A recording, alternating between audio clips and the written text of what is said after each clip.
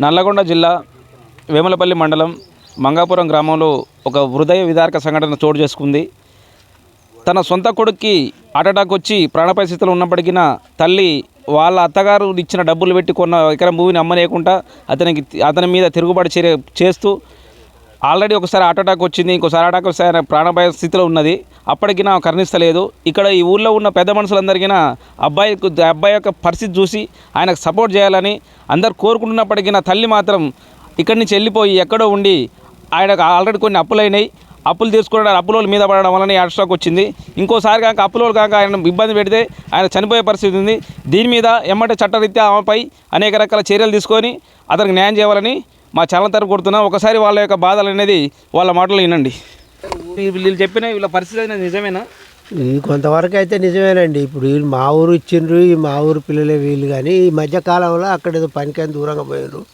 ఆ పిల్లాడు కొన్ని అప్పులు ఊళ్ళో తీసుకున్నాడు. అది అక్కడ బిల్లులు ఆగినాయంట. ఆ బిల్లులు ఆగటం వల్ల కర్ణాటక స్టేట్లో బిల్లు ఆగిపోయి తలకి ఉన్న లారీలను గుంజుకోపోయాడు. కొద్దిగా వెనకబడి ఊళ్ళో అప్పులు కట్టలేక ముఖం చూపించలేక ఇక్కడికి రాలేదు.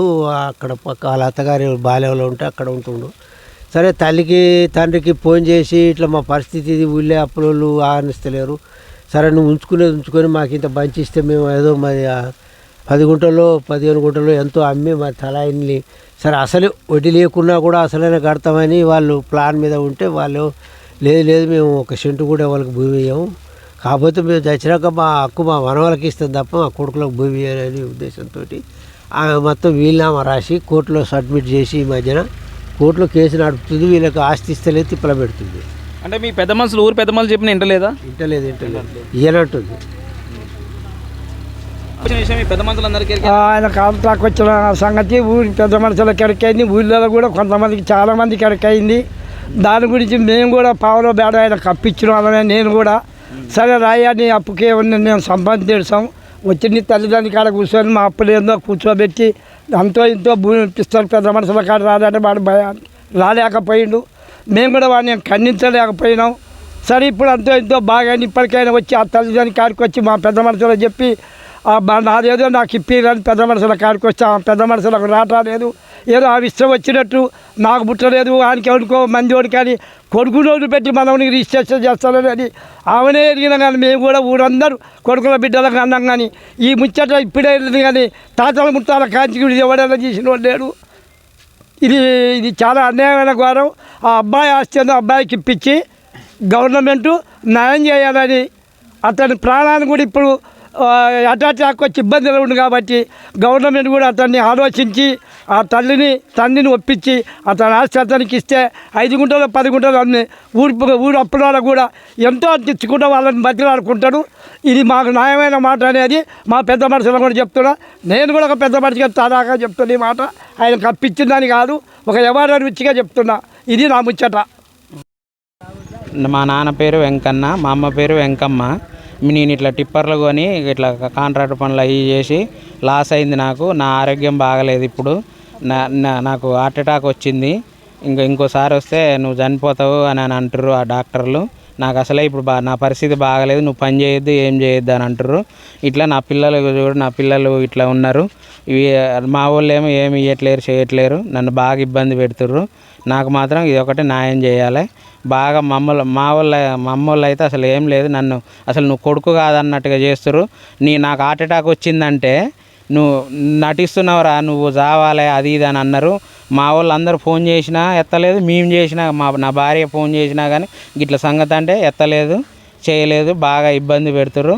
ఇది ఒక్కటి మాత్రం న్యాయం చేయాలి. బాగా నాకు అసలు నేను పని చేయొద్దు ఏం చేయొద్దు. ఇప్పుడు నా పిల్లల్ని ఎట్లా చదువుకోవాలి, నా భార్యని ఎట్లా పోషించుకోవాలి, ఏం చేయాలి, అసలు నాకు ఏం చేయాలని అర్థం కావట్లేదు. డాక్టర్ ఏమన్నాడంటే నువ్వు గింత కూడా టెన్షన్ పడొద్దు, ఏది చేయొద్దు, నువ్వు అసలు ఇంట్లో నుంచి బయటికి వెళ్ళొద్దు అని చెప్పిండు. అయినా కానీ మా వాళ్ళు వినట్లేరు. నువ్వేం చేసుకుంటావు చేసుకోపో అని మా భార్యని ఇబ్బంది పెడతారు. ఇప్పటికి కూడా అప్పుడప్పుడు ఫోన్ చేసి కూడా ఆమెని ఇబ్బంది పెట్టి నువ్వేం చేసుకుంటావు చేసుకోపో, నువ్వేది చేసుకున్నా కానీ నిన్నైతే ఏం చేయలేము, నువ్వేం చేయలేవు మమ్మల్ని, నువ్వు ఎక్కడ నీ దిక్కున్న కాడ చెప్పుకోపో, నీకేం కాదు, అసలు నీకేమి ఏమని అంటారు. ఇట్లా చేస్తారు. మాకు బాగా ఇబ్బంది అవుతుంది. నేను ఇప్పుడు ఏం పని చేయొద్దు ఏం చేయొద్దు. నా పిల్లల చదువు కూడా పోయింది వాళ్ళ వల్ల, నా పిల్లల చదువు కూడా పోయింది. ఇప్పుడు నీకు ఏం కావాలి? నీకు నాకు ఇప్పుడు ఏం లేదు. నాకు నాకు నా ఆస్తి నాకు కావాలి, నాదేదో నాకు మంచిగా అన్నీ చేసేటట్టు కావాలి. నాకు వాళ్ళు పట్టించుకోవట్లేరు, నా పిల్లలను కూడా సరిగా చేయట్లేరు, ఏది లేదు. నాకైతే ఇదొక్కటి న్యాయం చేయాలి. సూర్యాపేటలో ప్రూఫ్లు ఉన్నాయి. సూర్యాపేట కమల్ హాస్పిటల్కి పోయినాము. ఫస్ట్ కమల్ హాస్పిటల్కి పోయినాక ఈసీజీలు అవి తీస్తే నీకు హైదరాబాద్ రాస్తా, నువ్వు 3 గంటలలో పోవాలి, నీకు బాగా సీరియస్ ఉన్నది,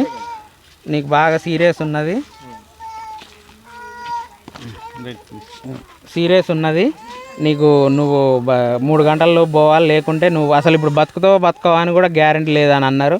అయినా కానీ పోయినాము. పోతే ఎట్లా నా అదృష్టమో లేకుంటే నా పిల్లల అదృష్టమో ఏదో ఫస్ట్ టైం వచ్చింది. ఇదే ఫస్ట్ టైం నాకు వచ్చుడు. నా పిల్లల అదృష్టమో నా అదృష్టమో ఏదో కానీ నేనైతే బతికిన, ఇప్పటివరకు అయితే ప్రస్తుతానికి బతికిన. కానీ ఫ్యూచర్లో ఎప్పటికైనా నీకు ఇబ్బంది అని చెప్పారు. అయినా కానీ వాళ్ళు కావాలని ఇంకా ఇబ్బంది పెడతారు. నువ్వు ఏం చేసినా కానీ నువ్వు చచ్చినా మేమైతే ఏం చేయము, నువ్వు ఏది చేసుకున్నా నువ్వైతే మాకేం లేదని బాగా ఇబ్బంది పెడుతుర్రు. నాకు పుట్టలేదు అంటారు. వాళ్ళ ఇష్టం, వాళ్ళ మాటలు అసలు ఇంకోళ్ళు అయితే వీళ్ళు చెప్పే మాటలు నమ్మరు, కానీ వాళ్ళు అట్లా అంటారు. అయినా మేము ఏదన్నా మా అమ్మ మా నాన్న కనీసం అసలు నా అప్పులోళ్ళు నన్ను ఇబ్బంది పెడుతుర్రు. నేను ఇప్పుడు భూమి అమ్ముకొని నా భర్తను బతికించుకోవాలి. మొన్న స్టెంట్ పడ్డది, నా కాడ ఎటువంటి పరిస్థితి లేదు. నేను ఇళ్ళల్లో పని చేసుకొని మరీ నా భర్తను కాపాడుకుంటున్నా. ఇప్పుడు నాకు వేరే దారి లేదు. నా అమ్మగారు ఇచ్చిన భూమి అన్నా ఇస్తే నేను అమ్ముకొని అప్పులు కట్టుకొని నా భర్తను బతికించుకుంటా. నాకు ఇదొక్క న్యాయం చేయండి. నా పిల్లల్ని కూడా ఇప్పుడు 2 సంవత్సరాల నుండి స్కూల్ కూడా పోవట్లేరు. మాకు ఏదైనా సరే కానీ న్యాయం చేయండి. అప్పటి నుండి వాళ్ళకన్నా కష్టం చేసి వాళ్ళకే పెట్టిండు, నాకంటూ కూడా ఏం పెట్టలేదు. కనీసం ఇప్పుడన్నా నా అమ్మగారు ఇచ్చిన భూమి అన్నీ ఏమన్నా కూడా ఇస్తలేరు. నన్ను టార్చర్ పెడుతుర్రు. నేను బతకొద్దని అంటుర్రు. మాదేదో మాకు న్యాయం చేయాలి.